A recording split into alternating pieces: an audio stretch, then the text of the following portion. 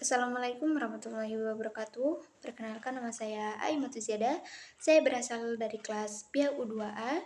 Di sini saya akan memaparkan materi yang telah saya buat, yaitu tentang pendahuluan statistik. Jadi apa sih statistik itu? Ya udah, mari kita bahas. Secara etimologi, kata statistik berasal dari bahasa Latin, yaitu status, yang artinya negara, atau kata stat dalam bahasa Belanda.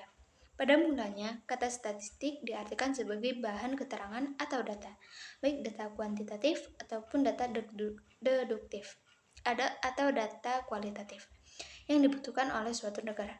Dalam Kamus Besar Bahasa Indonesia, statistik diartikan dalam dua pemaknaan. Pertama, statistik sebagai ilmu statistik, dan kedua, statistika diartikan sebagai ukuran yang diperoleh atau berasal dari sampel. Sebagai metode penelitian ilmiah, statistika memiliki 3 ciri khas yang utama, yaitu 1. Statistika bekerja dengan angka-angka. Statistika hanya dapat digunakan sebagai metode penelitian ilmiah apabila data yang dikumpulkan merupakan data yang berwujud angka. Kedua, statistika bersifat objek. Statistika menutup pintu masuknya unsur-unsur subjektif yang dapat menyulap keinginan menjadi kenyataan. Tidak dapat berbicara lain kecuali apa adanya. 3. Statistik bersifat universal. Statistik bersifat universal maksudnya bahwa statistik dapat digunakan hampir pada semua bidang penelitian. Penelitian dalam ilmu ekstra, sosial, dan budaya. Semuanya dapat menggunakan statistika dengan keyakinan penuh. Klasifikasi statistika. Statistika dapat diklasifikasikan berdasarkan fungsi, ruang lingkup penggunaannya, dan bentuk indikatornya yang dianalisis. Dilihat dari fungsinya, statistika dibedakan kepada dua bagian, yaitu statistika deskriptif dan statistika inferensial. Apa sih statistika deskriptif? Jadi, statistika deskriptif yaitu statistika yang mempelajari tata cara mengumpulkan, menyusun, menyajikan, dan menganalisis data yang berwujud angka-angka agar dapat memberikan gambaran yang teratur, ringkas, dan jelas mengenai suatu gejala, keadaan, dan peristiwa sehingga dapat ditarik atau makna tertentu. Statistika inferensial yaitu statistika yang mempelajari atau mempersiapkan tata cara penarikan kesimpulan mengenai karakteristik populasi berdasarkan data kuantitatif yang diperoleh dari sampel penelitian. Berdasarkan indikator yang dianalisis, statistika dapat diklasifikasikan jadi berapa? 2. Yaitu statistika parametrik dan statistika non-parametrik. Statistika parametrik adalah statistik yang parameternya populasinya harus memenuhi syarat-syarat tertentu sebagai data berskala interval atau rasio. Pengambilan sampel harus random, berdistribusi normal, memiliki varians yang homogen, regressi yang linear. Statistik non-parametrik adalah statistik yang parameter populasinya bebas dari kehausan terpenuhinya syarat-syarat tertentu, sebagaimana halnya dengan statistik parametrik.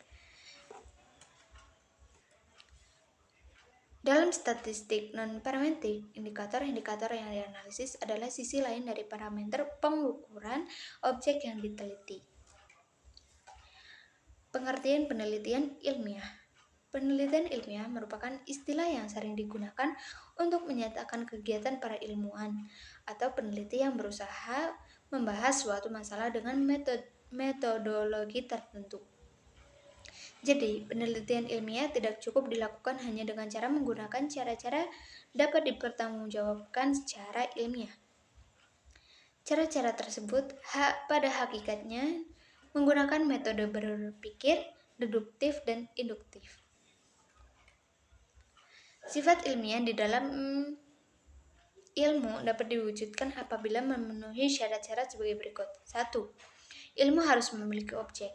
2. Ilmu harus memiliki metode. 3. Ilmu harus sistematik. 4. Ilmu harus bersifat universal.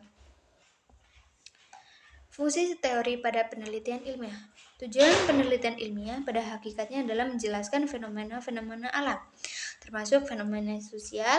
Penelitian tentang perilaku manusia antara lain telah mampu menjelaskan hubungan antara sikap dengan perbuatan atau tindakan, menjelaskan hubungan stimulus dengan respon, dan penjelasan-penjelasan lain yang terdapat pada berbagai disiplin ilmu seperti fisika, kimia, biologi, sosiologi, psikologi, dan pendidikan.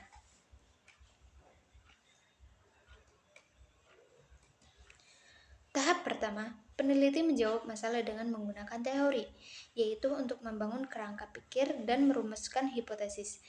Jadi, hipotesis pada dasarnya merupakan jawaban sementara terhadap masalah. Kebenaran hipotesis bersifat koheren, yakni hipotesis dikatakan benar jika sesuai dengan teori. Dengan demikian, teori berfungsi membangun kerangka pikir dan merumuskan hipotesis. Hipotesis merupakan jawaban sementara, karena harus masih diuji kebenarannya melalui proses verifikasi. Pada tahap kedua, penelitian pengumpulan data yang sesuai dengan masalah. Pengumpulan data kuantitatif umumnya dilakukan dengan mengukur variabel-variabel penelitian. Pengukuran terhadap variabel memerlukan alat ukur atau instrumen pengumpulan data. Agar pengumpulan data dapat menghasilkan data yang akurat, maka perkembangan instrumen sebaiknya dilakukan dengan menempuh langkah-langkah sebagai berikut. 1. Mempelajari konsep variabel penelitian. 2. Merumuskan konstruksi masing-masing variabel penelitian. 3. Merumuskan indikator masing-masing variabel penelitian. 4. Membuat kisi-kisi instrumen. Dan 5. Menentukan instrumen yang sesuai.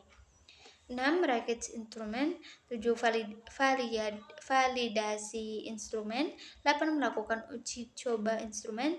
9. Uji validitas dan reliabilitas instrumen.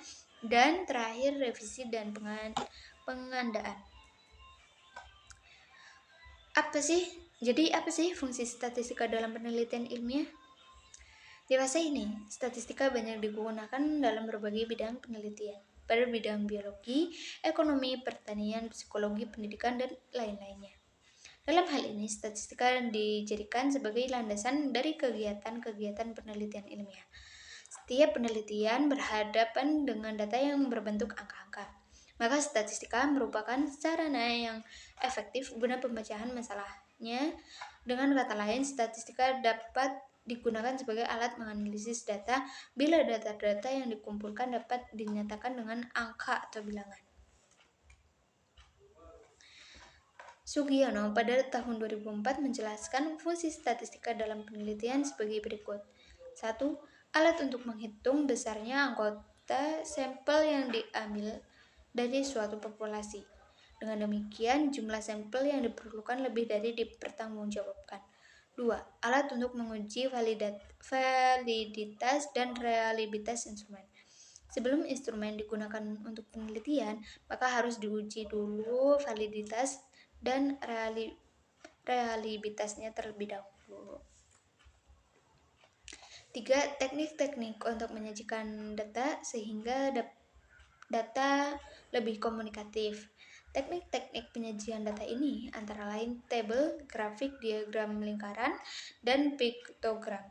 4. Alat untuk analisis data seperti menguji hipotesis penelitian yang diajukan.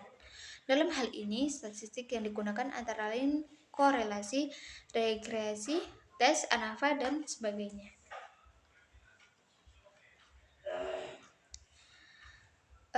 Keterkaitan teori dan statistika pada penelitian ilmiah.